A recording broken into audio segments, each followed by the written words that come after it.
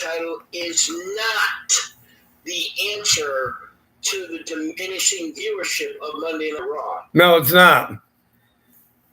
I don't think Jey Uso was that bad of a champion. No. Yeah, but they said Jey Uso winning the title isn't the answer. No, I don't think it was.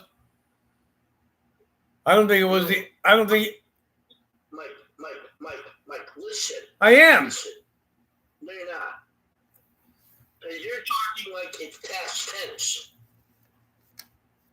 Him winning back the title is not going to fix Monday Night Raw's viewership problem. No, it won't. Right. It won't. He was.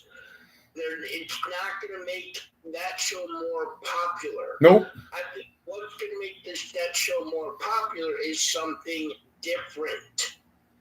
And that would be Braun Breaker. Yep. No? Somebody dominating. Next one they have here is Judgment Day's demise must be imminent. I agree.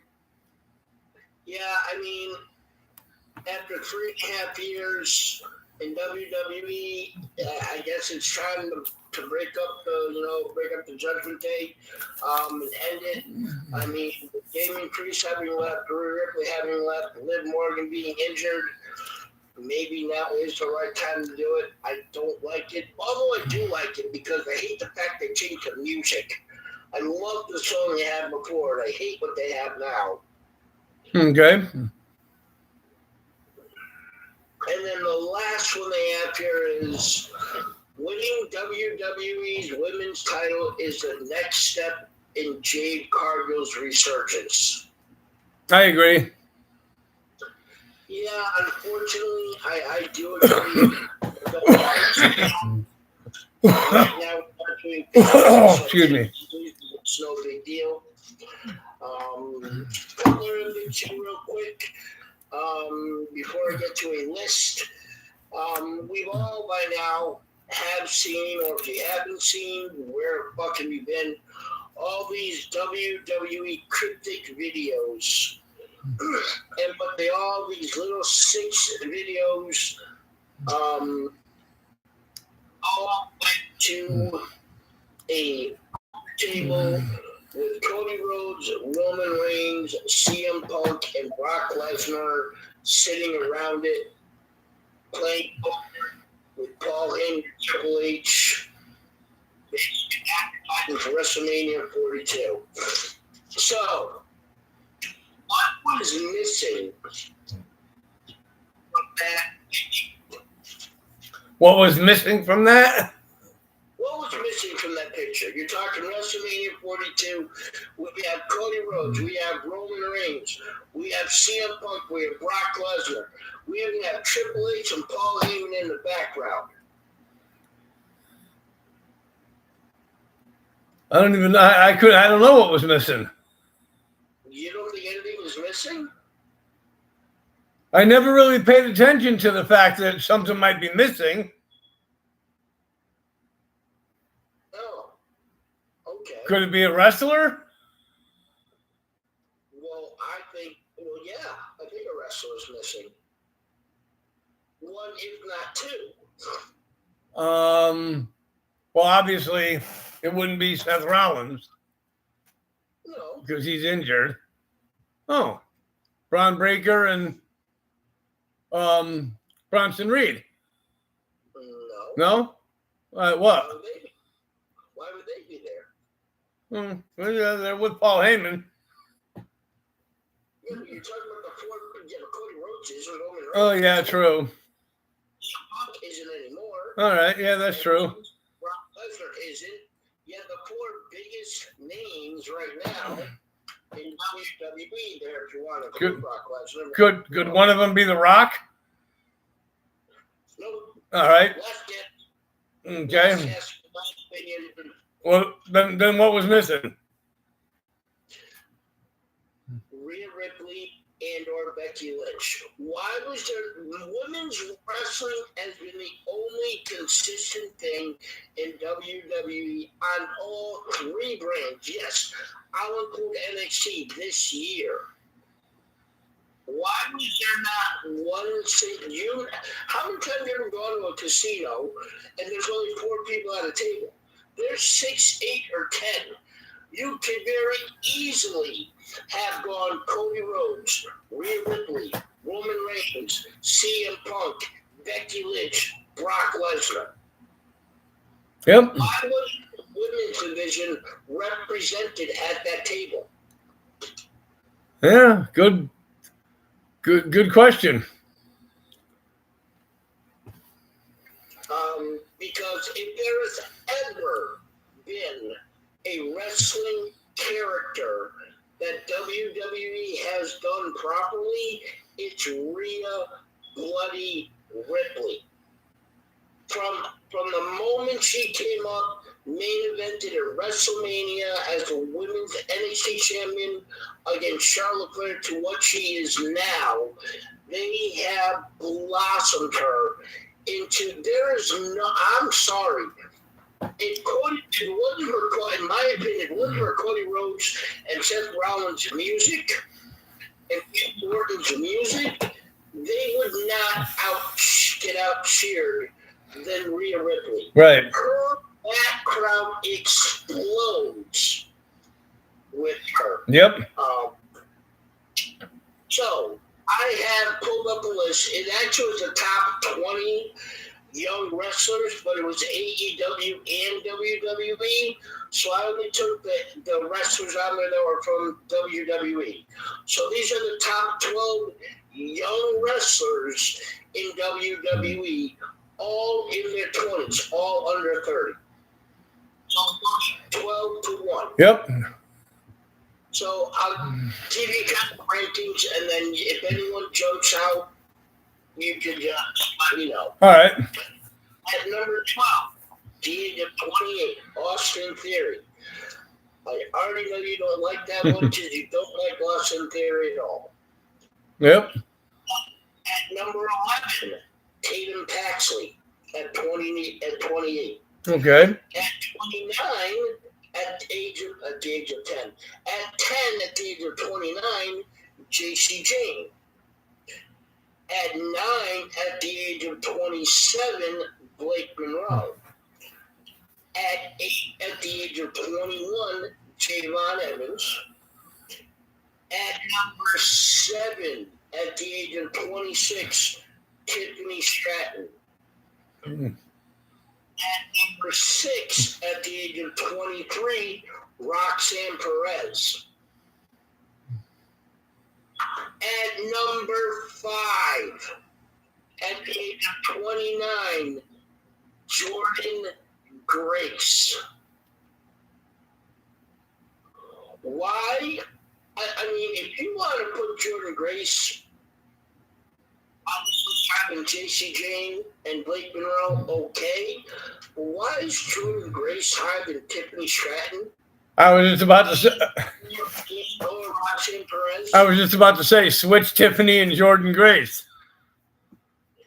Yeah, even that's too high for me personally. I don't think Jordan Grace. I mean, if on this list, my Jordan Grace is your Austin Theory. Oh, okay. At number 4, at the age of 27, Oba Fett.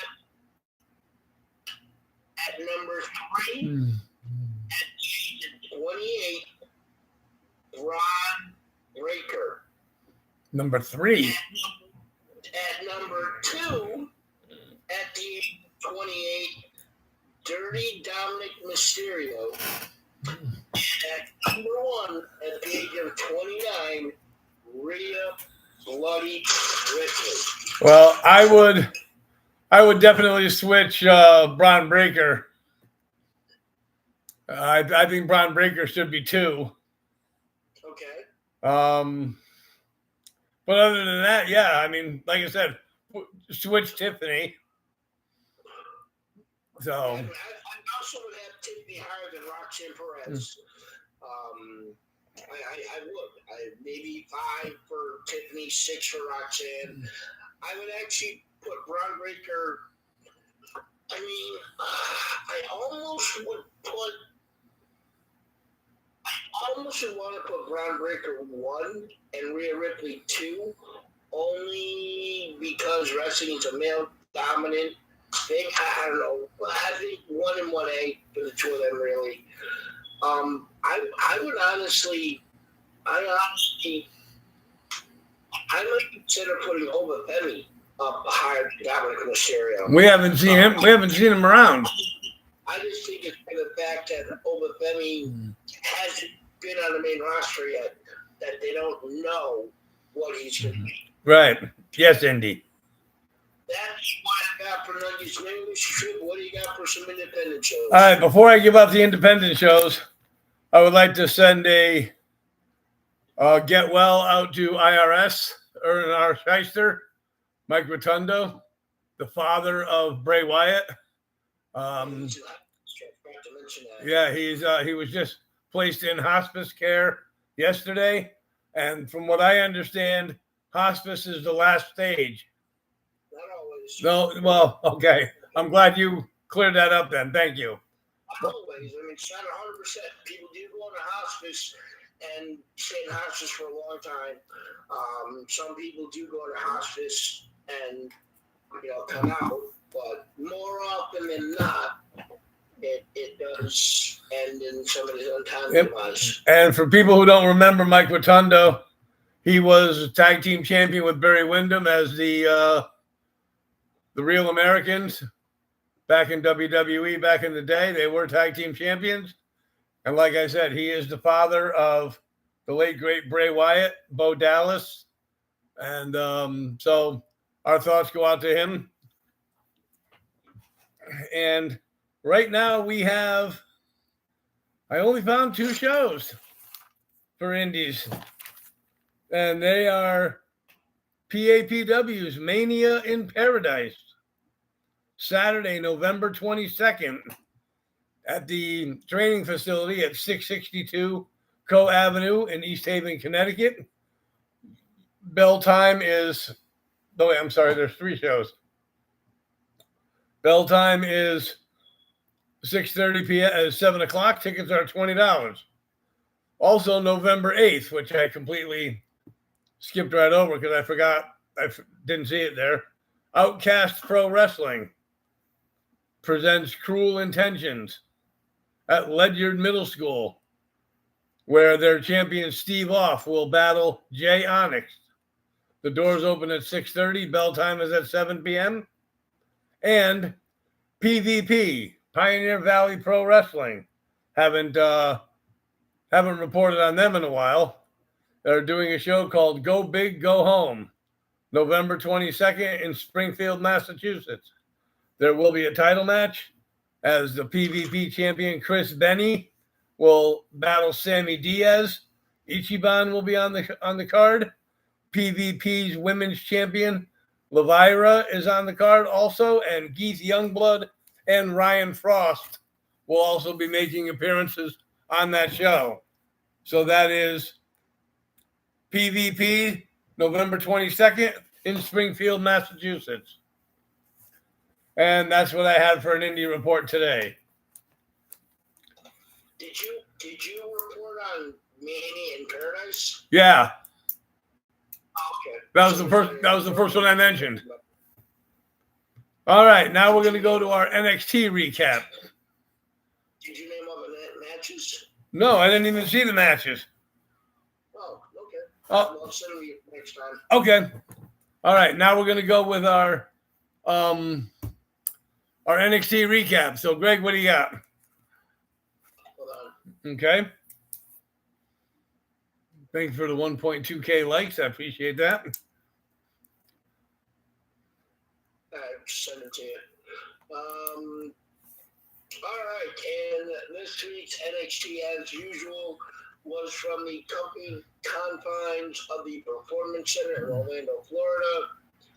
And in true top rope for fashion, envy, and everything NXT, I lead off And this week, once again, for the second straight week, we started off with a in-ring promo, so to say.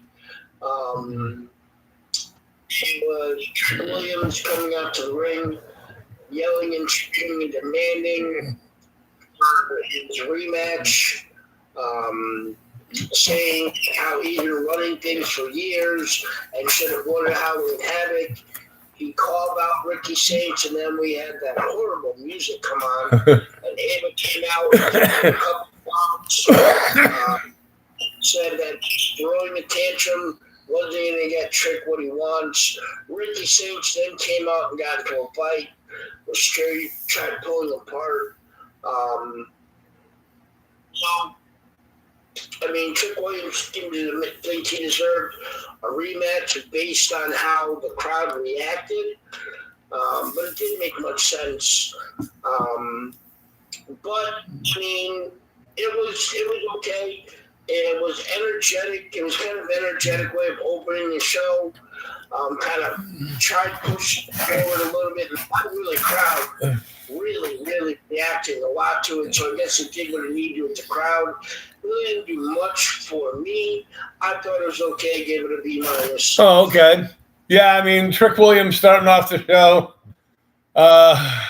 Still thinks that he should be NXT champion. I really think that they're just biding his time until he goes up to the main roster.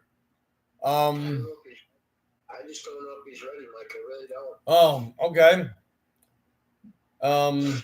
But yeah, I mean, it was pretty boring until the fight broke out. Then it got interesting, and a lot of the security guards come out and pull them away, and Trick Williams threw one kick that wasn't even close, and Ricky Saints threw another kick at him, wasn't even close. But they made it look interesting anyway, and I just thought there could have been a better way to start off NXT than with Trick Williams coming out and shouting and everything else. I gave it a C+. All right,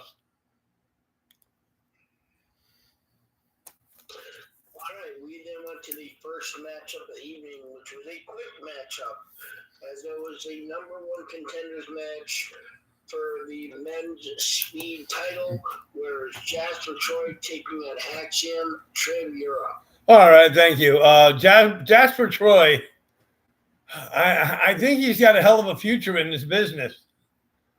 I mean, if he's brought up the right way, if he's worked with the right way. Axiom, well, he's quicker than a hiccup, that guy.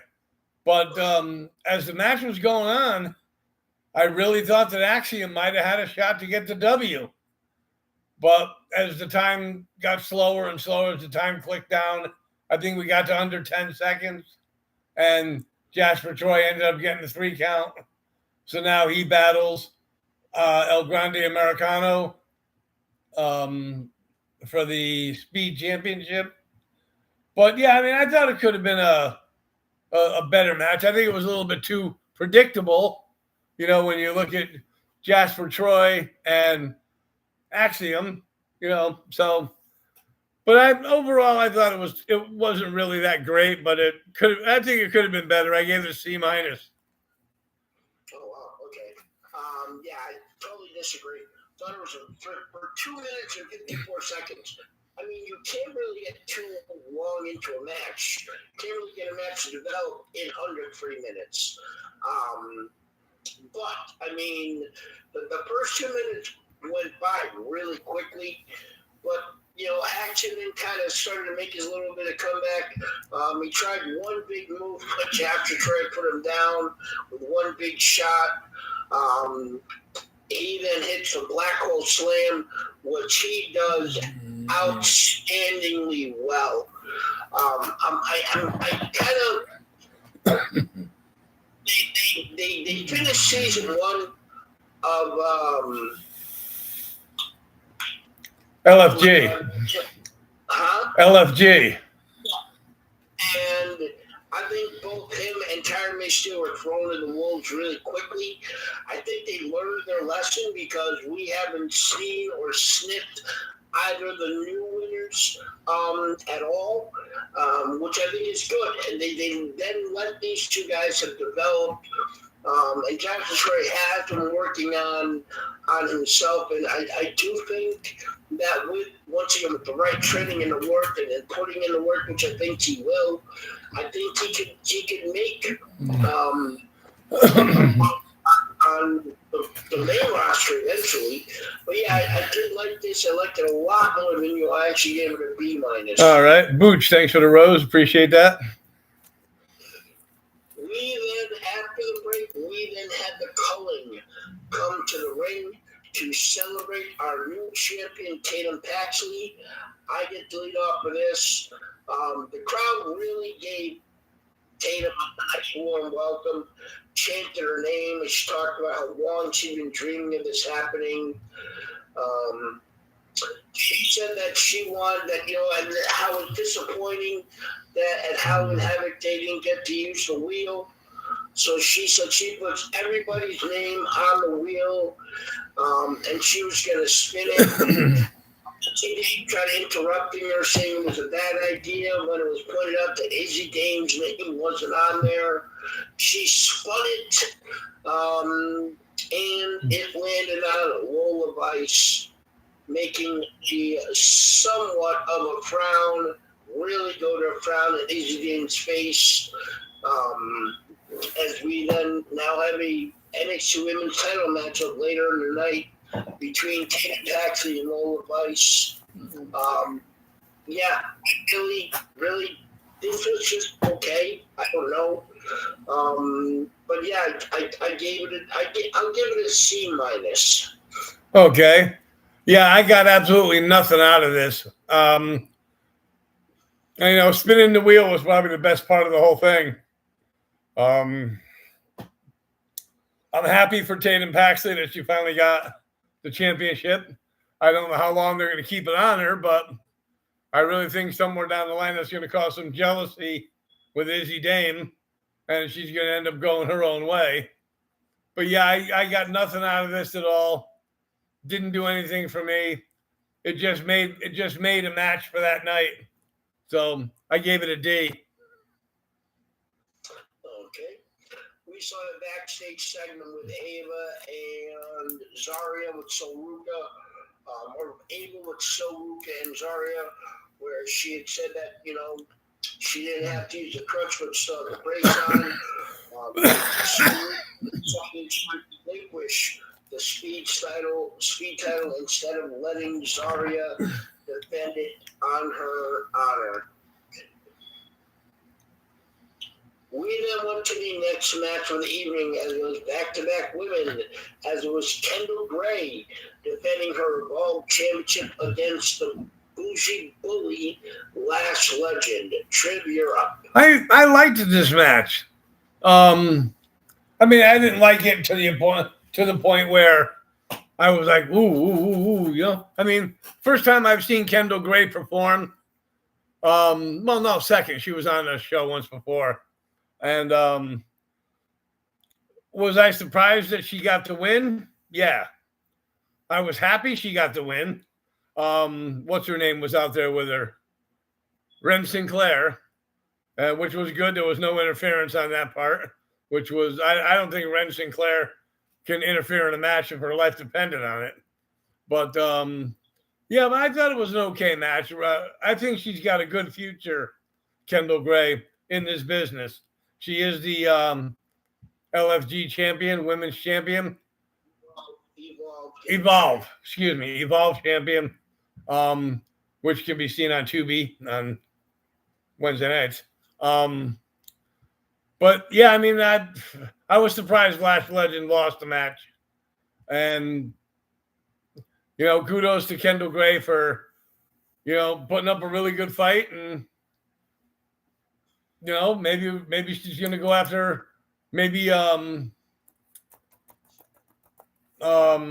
Legend will want a rematch and she'll get beat again. You never know. But I think Kendall Gray's got a hell of a future in this business. But I gave the match a C+. Okay.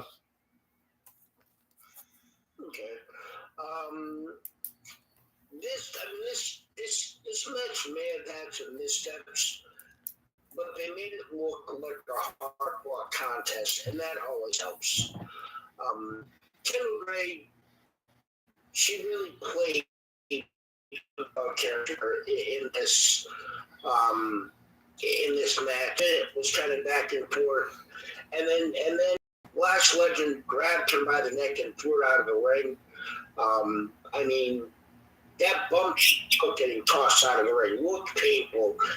And then she threw her over again by her feet.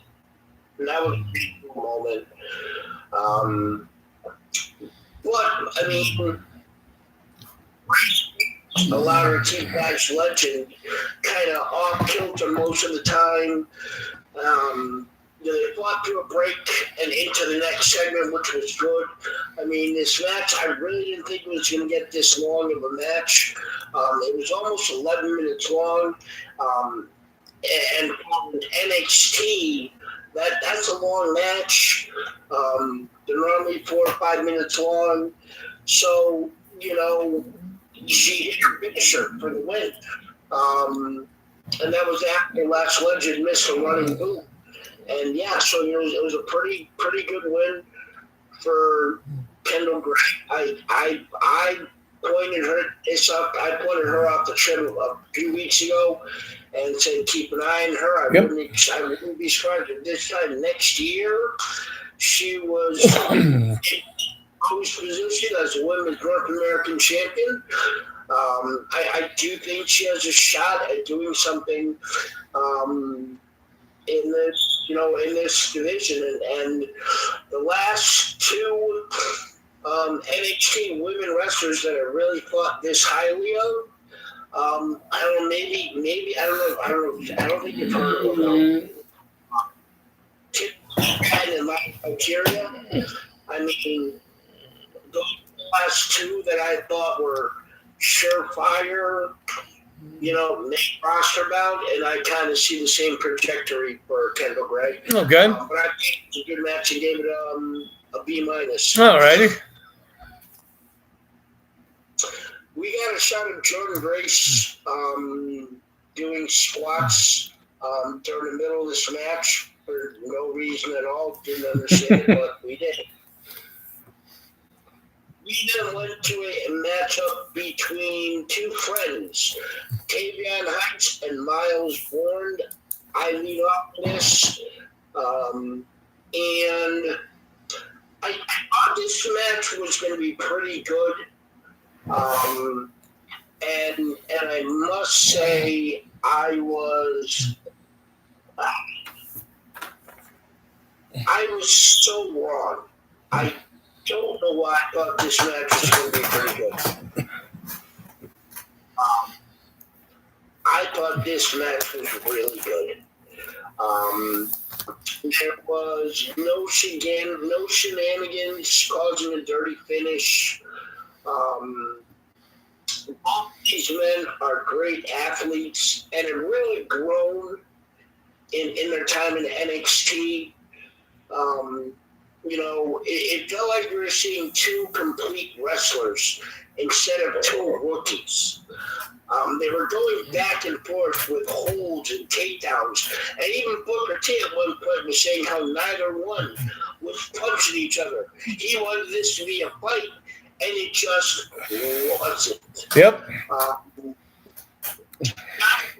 On commentary halfway through the match, and obviously, I thought he was going to get involved during the match. Didn't know it wasn't going to be until after the match. But Miles Bourne ended up getting the pin with an inside cradle that surprised everyone. That's when Josh Briggs pulled Tavion Heights out of the ring, and they fought all the way in the aisle. But he had trickling shot out of nowhere, and hit, Miles Bourne with a chair. And then he once again called out Ricky Saints, which brought him out for another brawl. So what really hated that part of this happening, but really, really, really have to give it a grade on this. What happened inside the ring in the match, I gave it a solid B. All right, yeah, I agree. I thought this was a really good match. When I first heard that Tavion Heights was going against Miles Bourne, first thing I thought of was, well, wait a minute. These guys were with Charlie Dempsey and they're like friends and everything else. But it was a good match. I mean, like you said, there was little to none rule breaking, that I could tell. He ended the match on a clean pin, and then Josh Briggs had to, come in and ruin everything, which I think they're going to have. I think they're going to have Tavion Heights against Josh Briggs first before they do what you call it. Miles Bourne, yeah. Well, I just thought that this was a good match. It wasn't one of these matches where it was a win by fluke. I think the better wrestler won. And next time they face each other, the results could be different. But I enjoyed the match. I also gave it a B. Okay.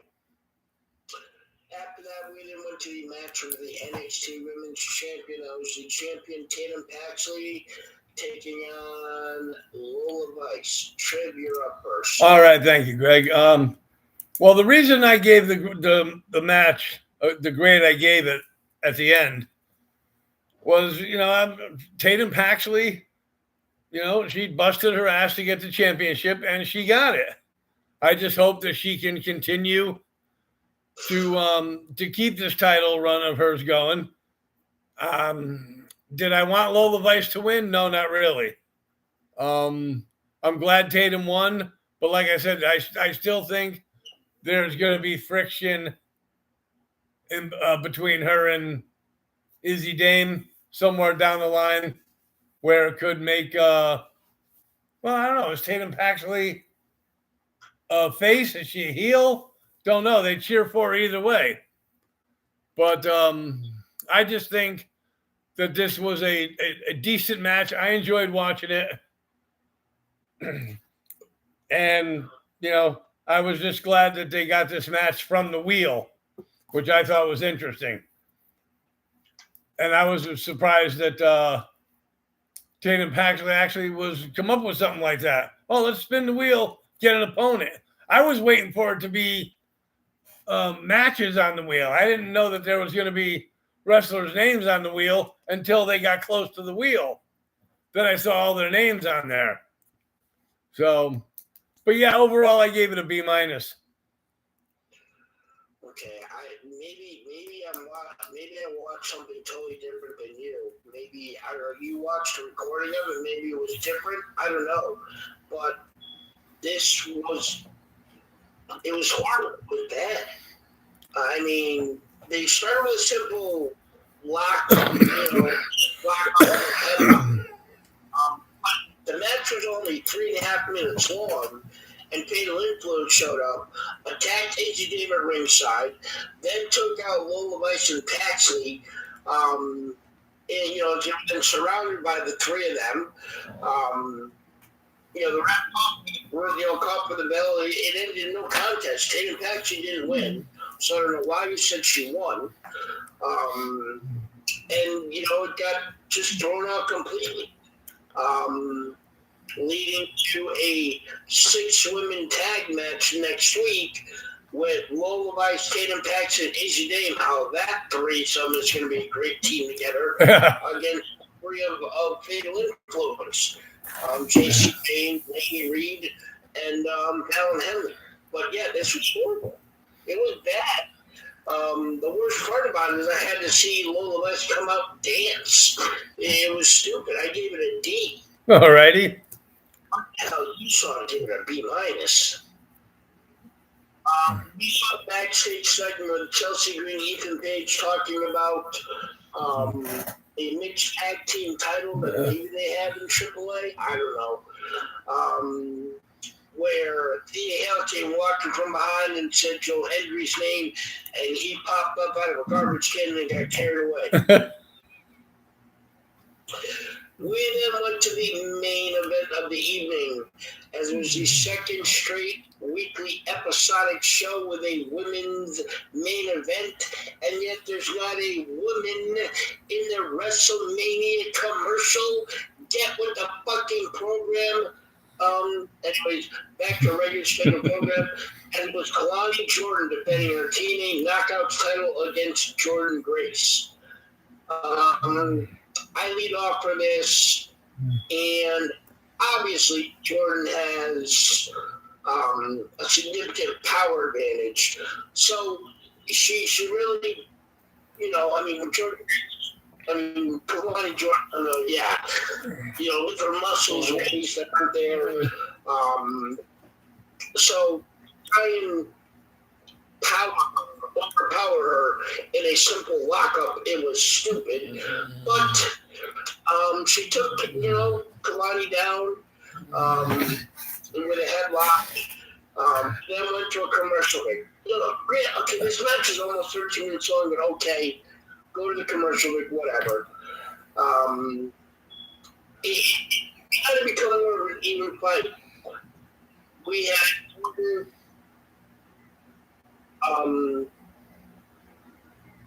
Kalani was connecting with strikes. Well, it's so confusing to have Jordan and Jordan written down here a lot. Jordan Grace was connecting with strikes, but Kalani was trying to look for ways to overpower, but she really couldn't. Jordan Grace slipped when going for her finisher, which is just one reason why Jordan Grace shouldn't be in the top 12 of young wrestlers, because she can't even jump up onto a simple rope and do her own fucking finisher. I saw that. Kalani then picked up and gave a double stomp. Then, once again, out of nowhere, we had Trick Williams and Ricky Saints fighting out in the aisle, through the ring. The ref got kind of distracted, and good old goody girl Kalani Jordan used the belt and knocked down Jordan Grace. And getting the 1-2-3 pin. Trick Williams and Ricky Saints continued fighting outside, getting speared through that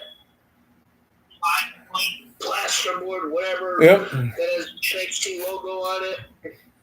Came out and did her best Adam Pearce impersonation. Didn't yell enough, but set for a last man standing match. When that's going to happen, I'm not sure. In 2 weeks. And the matchup itself, with everything that went down, was very, I gave it a C-. Okay. Yeah, I agree. I mean, Jordan Grace, I don't know if my thoughts on Jordan Grace will ever change. I really don't see much of her in the wrestling aspect. She is a powerhouse, no doubt. Huh? That's what she's supposed to be. That's why her trying to do that Spanish fly thing. No. Get the fuck down. Be a powerhouse. And then That's what she needs to be. And then, like you said, she couldn't even execute that move on the ropes, which I went, oh, geez, that wasn't supposed to happen. But I thought it was a okay match. Kalani Jordan, she kind of showed a little bad side of her there by hitting her with the belt when the referee was distracted. But I mean, Trick Williams and Ricky Saints just come out at the most inopportune times to start fighting each other. And I was waiting for the referee to, signal the bell or something for a stoppage of the match.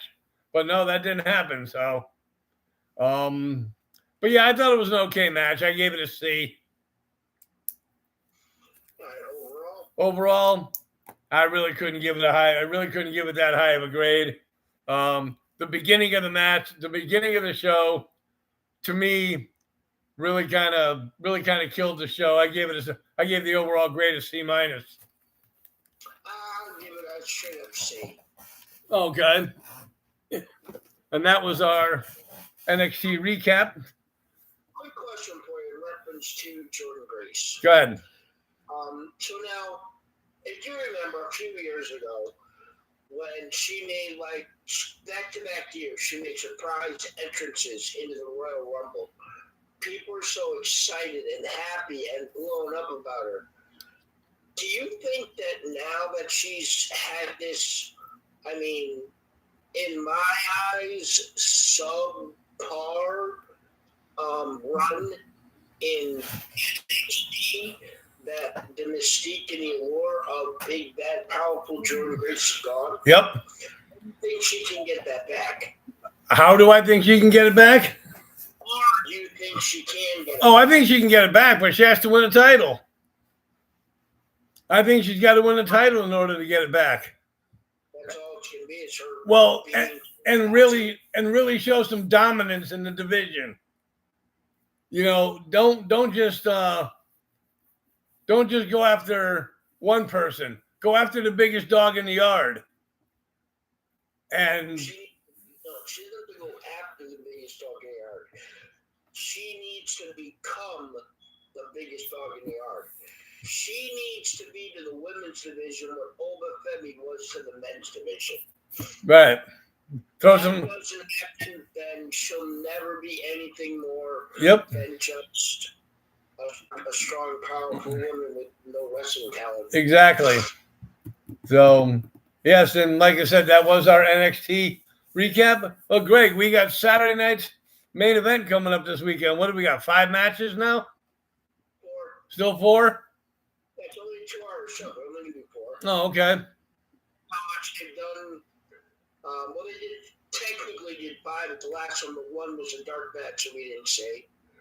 And then the one before that, we had 5 matches.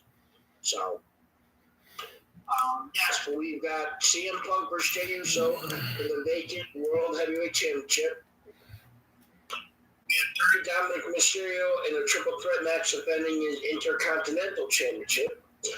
We have Tiffany Stratton defending her WWE Women's Championship in Jade Cargill. And then, in what I think is going to be the main event, Cody Rhodes defending his WWE Championship against Drew McIntyre. 4 matches, 4 titles, trivia's type of show. Yep. Exactly. So, but yeah, that's going to be it's going to be a good show, I believe. Then December 13th, Saturday night's main event will be John Cena's last one. His last Monday Night Raw will be in Madison. Before that, they have Survivor Series. Yep. And his last Monday Night Raw is in Madison Square Garden. People are going to go crazy for that show. He's got one more Raw after that. He's advertised for the Raw in Boston. So that's not his last Monday Night Raw in Madison Square Garden. His last Monday Night Raw is in Boston. Oh, okay.